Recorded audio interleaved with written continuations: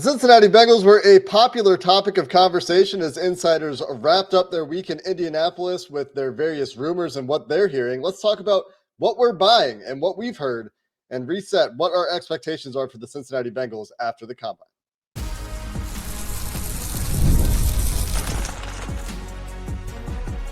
You are Locked On Bengals, your daily Cincinnati Bengals podcast.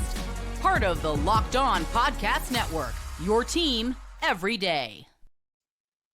What up, Bengals fans, and welcome to another episode of the Locked On Bengals podcast. I'm your host, Jake Liscow. He's your host, James Rapien, and we are Locked On Bengals on the Locked On Podcast Network, your team every day. We're on YouTube. We're everywhere you get your podcast. So if you're new to the show, you can hit that subscribe button to make sure you don't miss an episode. And what will be a very interesting time for the Cincinnati Bengals team over the next week or two as we get to free agency and into free agency and start thereafter tracking top 30 visits. I guess we can't call them top 30 visits anymore, with draft prospects who are going to go to Paycor after free agency or during free agency to visit with the Bengals as they prepare for the draft. We'll have all of that covered. And today we're going to dive into specifically some of these Bengals negotiations that appear to be ongoing, James, and a topic of conversation from insiders as they're all writing up their "here's what we heard in Indianapolis" stories that many of our listeners are reading as the combine comes to a close. This episode brought to you by FanDuel, where you can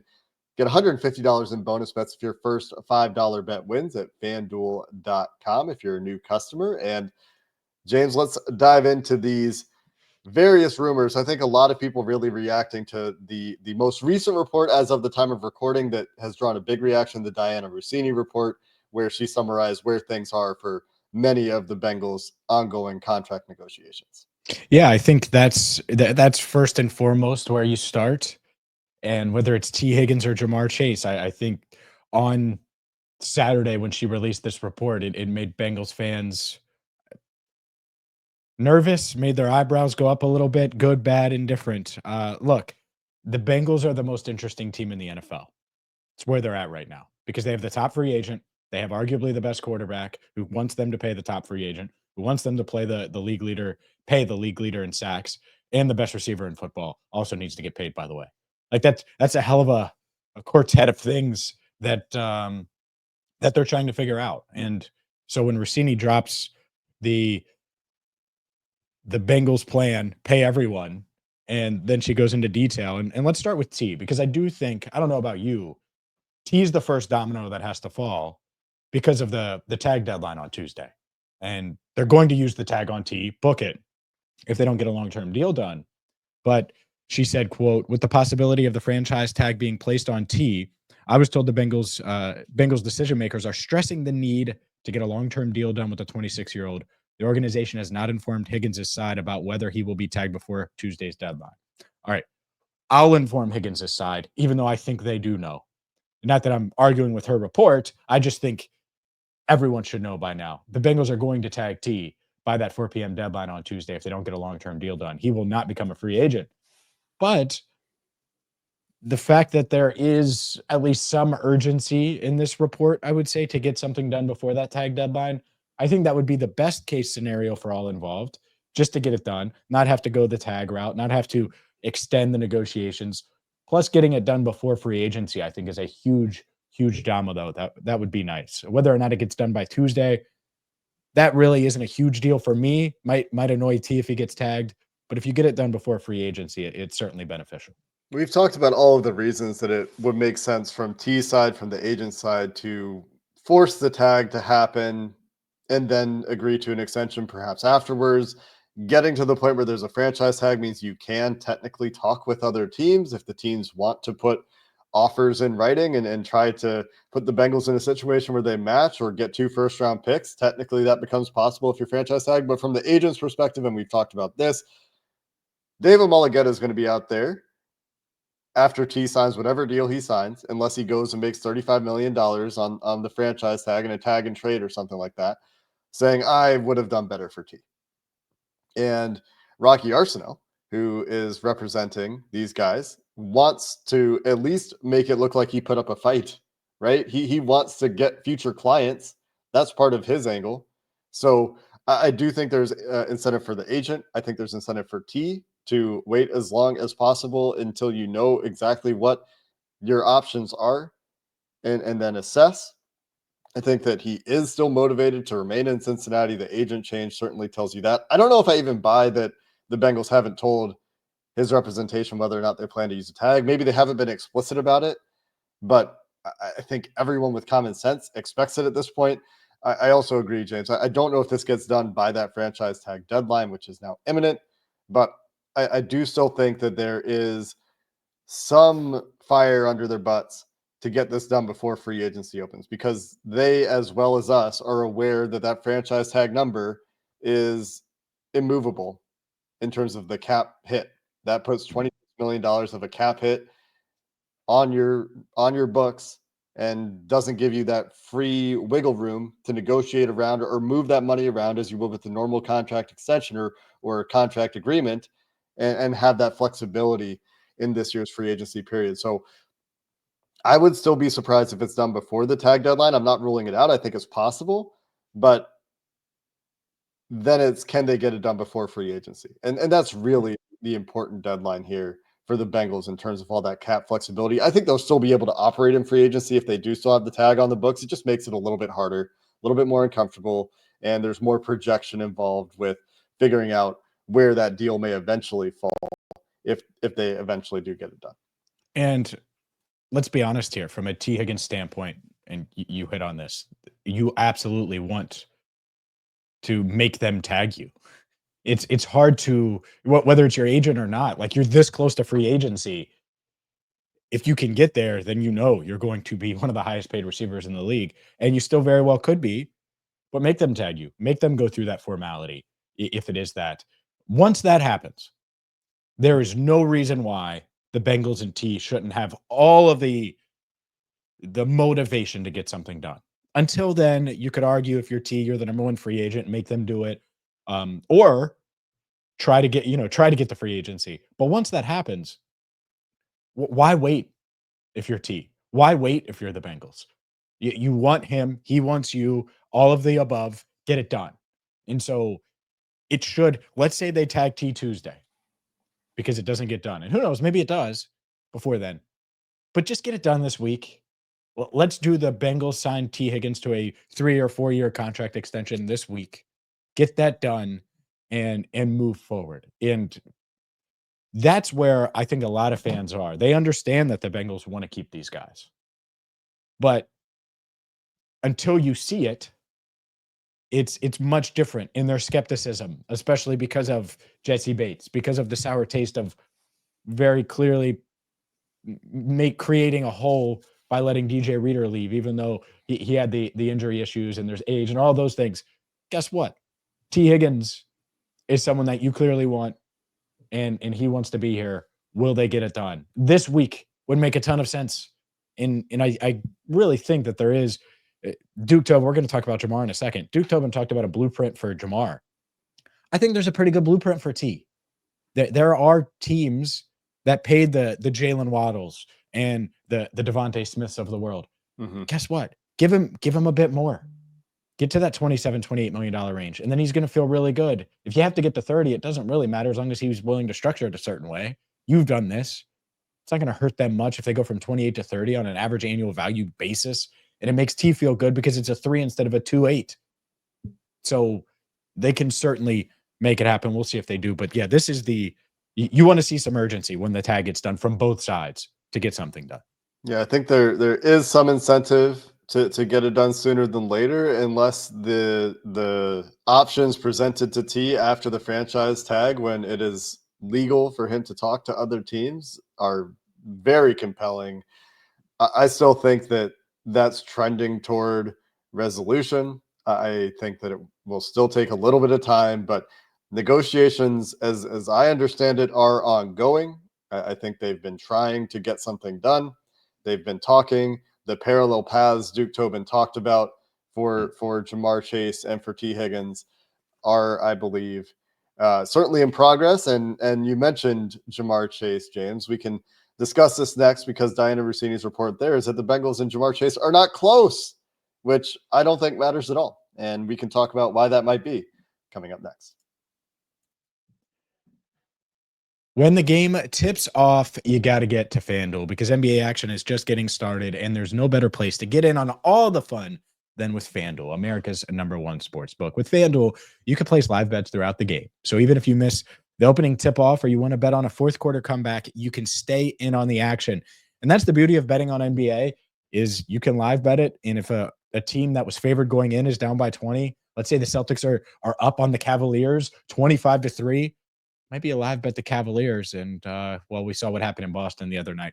That's the fun of NBA basketball. That's the fun of America's #1 sportsbook, FanDuel. And you better believe that they have NFL future bets as well. So if you think the Bengals are going to keep the big three and add some pieces and be a legitimate Super Bowl contender, get in on all the action right now with FanDuel, where new customers can get $150 in bonus bets if your first $5 bet wins. Just visit FanDuel.com to join today. That's FanDuel.com for your shot at $150 in bonus bets.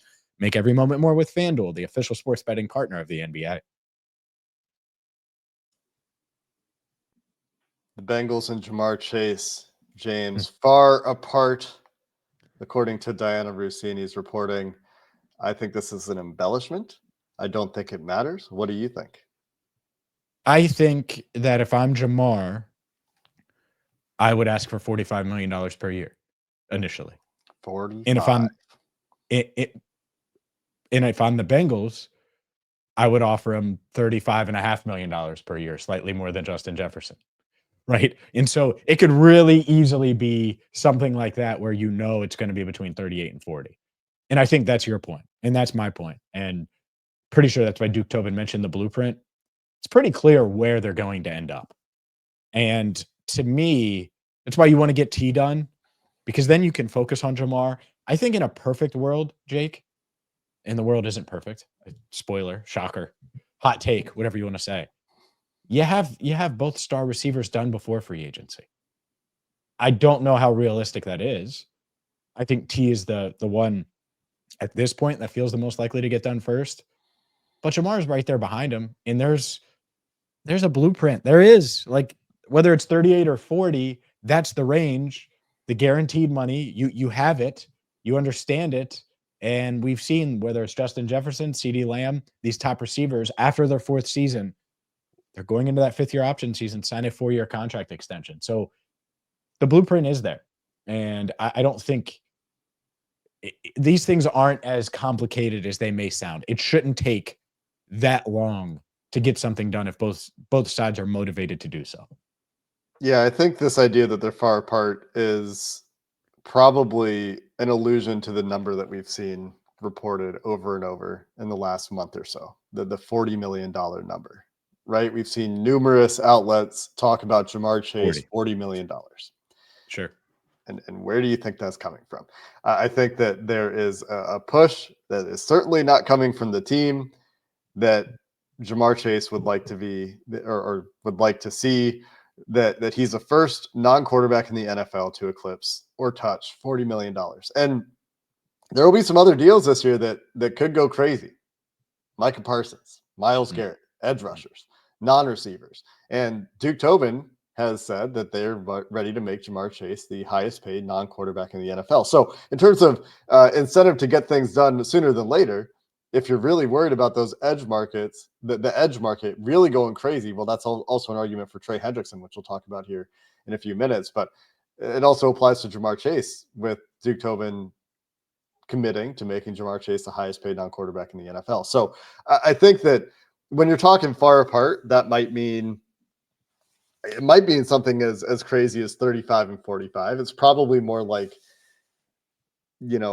maybe 41 and 37, and talking about guarantees and cash flow and where certain money falls and what money is guaranteed. And I don't really think it matters right now. I think, honestly, while I agree that it would be certainly better than not to get this done before free agency, I don't think that their far apart reports matter until after the draft. Like, it would be very uncomfortable if it gets there, but I don't think it really tangibly matters. And maybe even into summer, like, as long as you get Jamar Chase done and happy before training camp. This isn't a Thursday before the first regular season game situation again. But that's far from ideal at that point. It's just, to me, not the biggest deal. Yeah, I get that. I also think, knowing their history, that you want them to spend and add and then spend some more, and just having Jamar done without them in the back of their mind being like, yeah, we still got to get Jamar done as Just they're having the clarity of the financial situation. yeah, I think that is huge for how they will operate in free agency. And so, again, perfect world. To your point, I don't think it's panic button time. I mean, I'll look it up right now as we're Jefferson extension. When did so Justin Jefferson agreed to an extension in early June last year. So it's not like it was done in March. And so, to your point, it can happen and it can be fine. And as long as it's done before training camp and you have full on Jamar Chase from the moment they report in late July for training camp, great. But it would be nice. Yeah. And it would be nice to have some clarity, because then they could be much more, I think, aggressive in who they're targeting with a clearer mind. Just because I know, that they'll be like, yeah, we still got to pay Jamar. Yeah, we're calling this guy, but we still got to pay Jamar. Which And is crazy because they know what that contract is going to look like, regardless. no Like, doubt. they know within $1.5 million what the cap impact will be, what the cash flow will be. Like, they know those things, even if they're not Sure. there on the details. So it And the shouldn't cap matter, should go down. His cap hit should go down when that happens too. at least a little bit. Yeah, because he's on the books right now for 21 and change for 2025 in terms of a cap hit. That's a 5th-year option. They can increase his cash flow. They can get him $40 million in cash and have that cap hit go down because of the way cap accounting works. And so if they need that cap flexibility early in free agency, that's another reason to get it done. If they need another few $1,000,000 in cap space in 2025 to fit in some more players that they want to bring in unrestricted free agency, that would be another reason to get it done for sure. But as I understand it all along, until something really goes off the rails, this is essentially a when, not if situation with Jamar Chase. And that doesn't mean that the when doesn't matter, but I think that hearing that they're far apart, if that is triggering alarm bells for you, I'm just not there yet. Personally, I think that there's plenty of time for them to close that gap and get this done comfortably. But where the when starts to matter is if Jamar is holding it again in any way, shape, or form. Don't want to deal with that at any point No, this offseason. no, not at all. I mean, that's a huge, huge thing that impacted the early part of last year. We know it. Then it They, does matter for sure. they know it, no doubt. And so, can't happen. Got to get it done. If it's June, fine. Just don't let it impact you in free agency. That's what it comes down to, really. Is don't let it impact you in free agency. If you get T done, then that would be great, because that will impact you some in free agency. If you don't, if you're just tagging T and that's it, I do think that will matter a little bit for them. So hopefully they can get both of these done. And then obviously you have the lingering Trey Hendrickson one. But you've said this a few times, Jake, the big four. And in the back of my mind, I've always dismissed it, because there's a very clear gap between the big three and Mike Gesicki. And the big three is obviously Tee Higgins, Jamar Chase, and Trey Hendrickson. But Joe Burrow wants Mike Gesicki. We will discuss the latest with Mike and much, much more coming up next.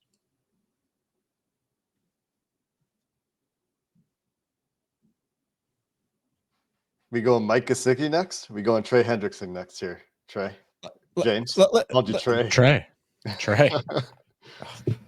Blackout Trey's about to come for you, man. You better watch out. No. Better watch. That's the best compliment you ever gave, Trey. All right, no, I'm just kidding. All right, let's go with Trey. He's part of the big three. The Mike Gesicki stuff is the most recent element. So I at least wanted to tease that, since apparently it is a big four. But let's get to Trey. So Trey Hendrickson, as I understand it, still actively working on that extension. That's what we were told last week. I think that is true. I do not think that there is a great incentive for the Bengals to trade Trey Hendrickson. I think they understand that his value would be depressed at this point, because any team that acquires him would have to get an extension done. I think that we didn't mention this with T. The Deebo Samuel trade probably pretends, and I know they're different players in different situations and all those things, but T would need a new contract too that would probably be similar to Deebo's. And I think that is not necessarily a good sign for what the Bengals would be able to get in terms of a return for T that would actually cause them to be willing to make that trade, knowing how the Bengals are when it comes to their own players. But specifically on Trey, I don't think that they want to trade Trey Hendrickson, but Duke Tobin's rhetoric that he's under contract that he mentioned multiple times last week is the one big difference between Trey and Jamar and T. Like Jamar technically under contract too, but they're not messing with that again. Trey, that 1 year under contract, is something that they'll have to work through. That being said, Trey has agreed to the Bengals structure twice, and I think that they are comfortable working together. Trey's agent and the Cincinnati Bengals, last year's blip notwithstanding, the fact that they've been able to get a deal done twice, including an extension at one point, suggests that they should be able to come to a resolution. But I'm less certain that they will get something done there. I think that one is a little bit lower probability, but I do think things are progressing, or at least they're negotiating, I guess I should say, and working towards something there. Yeah, I agree. I think Trey has zero leverage, to be quite honest. Already went with the trade route, rescinded that thing so quickly. It was like he was running the 40-yard dash. It was so quick. And so, yeah, he deserves a raise. Yes, the Bengals agree to that. And I think they want to give him a bump in years.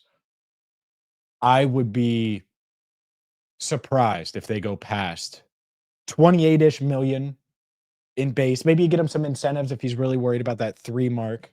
Give him some incentives that he could potentially hit. But I think it's that 2 year. It's going to be a 2-year extension, 28-ish million. And in incentives that might get it closer to 30. That would be, if I had to predict today, that would be what I think it is. And that's educated speculation, I would say. And I'll just reiterate. Well, I agree. I'll reiterate that the Bengals should not be afraid to put that 3rd year on there because of the way NFL contracts work. No money is ever guaranteed outside of the first 2 years. So you're not worried about guarantees. The Bengals are obviously worried about dead money. Duke Tobin just told you how proud they are and how little dead money they have. And spoiler, there's more coming. There are more cuts coming. I think most of the expected cuts that we've talked about will be arriving, and they might not happen until free agency, until some replacements are lined up. But the Bengals have this dead money aversion, but again, we're talking in 4 years from now. So you got 25, 26, 27, 28. If you do a 3-year extension for Trey Hendrickson, you're worried about a little bit of a dead cap hit in 2028. And that's what's stopping you from getting the deal done if he wants a 3rd year on the extension. He's never asked. I don't think it's that. I think they wonder if Trey will be good in 2027. 2027 is forever from now. Oh yeah, for sure. And by the way, I don't blame him. I think he'll be really good this year. And then he's 31, and then he could be really good again, and then he's still got a year. If you give him 3, you're talking about a whole nother year after that. That 3rd year, if you give a 2-year extension, that 3rd year he might be an 8-sack guy. Where my only point here is from a cap perspective, from a cash perspective, there's no concern, right? If they need to cut him going into that 3rd year, if they were to do a 3rd year on the extension, that would be the same cap impact as using an extra void year. That's it. It would be the same cap impact. Like that year is such a fake year at the back end of these sorts of deals that they shouldn't. You're focused on that year. He may suck in 2027 is what I'm trying to say. And that's probably how the Bengals view it. Yeah, I know that sounds crazy. 28. But then you have to deal with sure. But then he sucks in 2027. Like, yeah. So the reason you do 2 is because you get this year, probably another prime year, close to it. You have 26 where maybe he's showing signs and you can make a call. And then there you go. Like, I think that would be their logic, just knowing them. So I don't think that I would be really surprised if they gave him 3. Not saying I think I would also be surprised, but from like a financial perspective, there's almost no downside to doing 3. Except having a highly paid player, having a highly played player in 2027. Yeah, but they can cut him before 27 if they need to too. Sure, but even if they have the extra year. Sure, you could, but Are they like? Just think about how quickly Sam Hubbard kind of just hit his wall, and he's younger than Trey. Yeah, so again, differences here, right? So we don't want to be drawing the comparison between Trey Hendrickson and Sam Hubbard as a pass rush, right? That's not your intent. I would expect a gradual decline with Trey Hendrickson. If you see Agreed. players performing at that level for as long as he has, unless there's Yep. significant injury, you should expect to see gradual decline, not cliff, coming from Trey Agreed. Hendrickson. I would sign him. I'm not saying that. I'm not. I wouldn't love the idea of we have Trey Hendrickson for the next 4 years. Let's say in Sure. May 31st. The, I like the idea of the next 3 years much better. That's all. the only point I was trying to make there is that the third year is essentially immaterial. Yeah. Like 2 or 3 years. It should be Sure. essentially no difference to you if you're the Bengals. There's like a little bit of dead money difference to worry about. That's it. Yeah, and so we'll see. I do think that has as much of a chance to be the hang up as any of it. Whether or not it should be or not is another story, of course. We've seen Trey agree to their structure, so hopefully guarantees aren't an issue there. But we'll see what happens on that edge market too, right? There are a lot of good edge rushers in this draft class. There are a lot of potential edge rushers on the move in the trade market this offseason. There's a handful of solid players in free agency as well. So a lot of moving parts there in the edge market overall. Let's get to Mike Gesicki, though, James, as reports on Sunday indicate that the Bengals may try to get Gesicki done before free agency opens. And that would be a little bit of a surprise to me, James.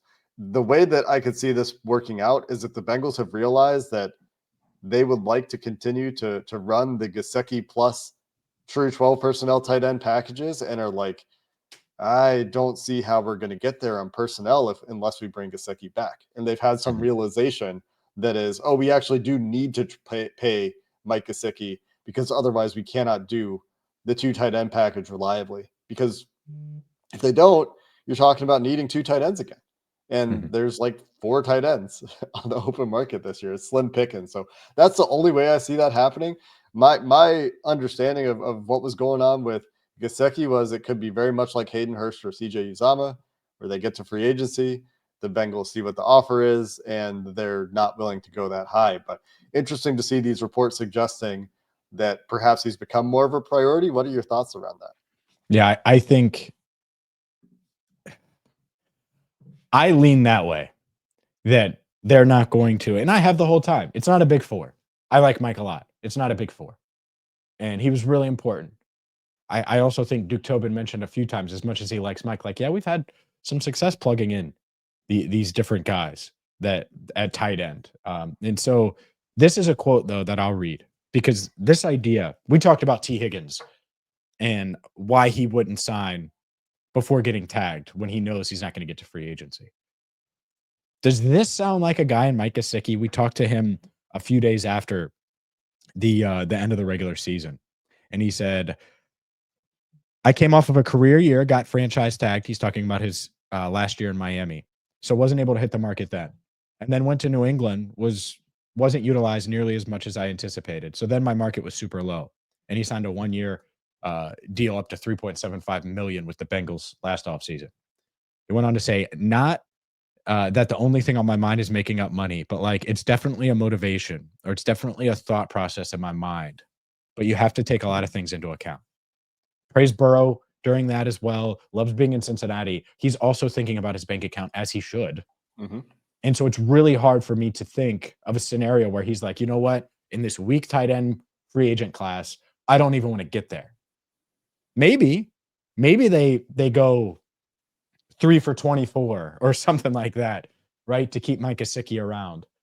I just, we haven't seen that yet. One of our at least one of my combine takeaways. I mean, I think there's some good tight ends in this class.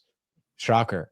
And so if you're the Bengals, I don't know. I don't know if they'll be willing to do that and give, because really what you're saying is give Mike Gesicki an offer that is so good that he's like, you know what, I don't need to get to free agency.